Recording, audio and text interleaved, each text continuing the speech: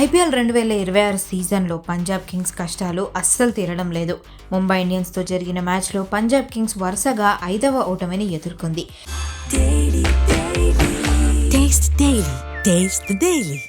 గెలిచే మ్యాచ్ను చేతులా వదులుకుని ప్లే ఆఫ్స్ ఆశలను కూడా తగ్గించుకుంది పంజాబ్ కింగ్స్.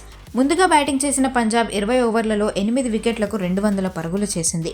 ఓపెనర్ ప్రభ్సిమ్రన్ సింగ్ 57 పరుగులతో హాఫ్ సెంచరీ చేయగా అజ్మతుల్లా ఉమర్జాయ్ 38 పరుగులతో రాణించాడు. ముంబై బౌలర్లలో శార్దుల్ ఠాకూర్ 4 వికెట్లతో చెలరేగగా దీపక్ చాహర్ 2 వికెట్లు తీశాడు. 201 పరుగుల లక్ష్యంతో బరిలోకి దిగిన ముంబైకి ర్యాన్ రికల్టన్ మంచి స్టార్ట్ ఇచ్చాడు. అయితే మధ్యలో వికెట్స్ పడడంతో మ్యాచ్ ఉత్కంఠగా మారింది. ఆఖరి 18 బంతుల్లో 50 పరుగులు కావాల్సిన దశలో తెలుగు తేజం తిలక్ వర్మ విశ్వరూపం చూపించాడు. మార్కో జాన్సన్ వేసిన 18వ ఓవర్లో 22 పరుగులు చేసి మ్యాచ్ను ముంబై వైపు తిప్పేశాడు. తిలక్ కేవలం 33 బంతుల్లో 6 ఫోర్లు 6 సిక్సర్లతో 75 పరుగులు చేశాడు. విల్ జాక్స్ కూడా ఆఖరిలో మెరుపులు మెరిపించడంతో ముంబై 19.5 ఓవర్లలోనే విజయాన్ని సొంతం చేసుకుంది. Taste the Daily.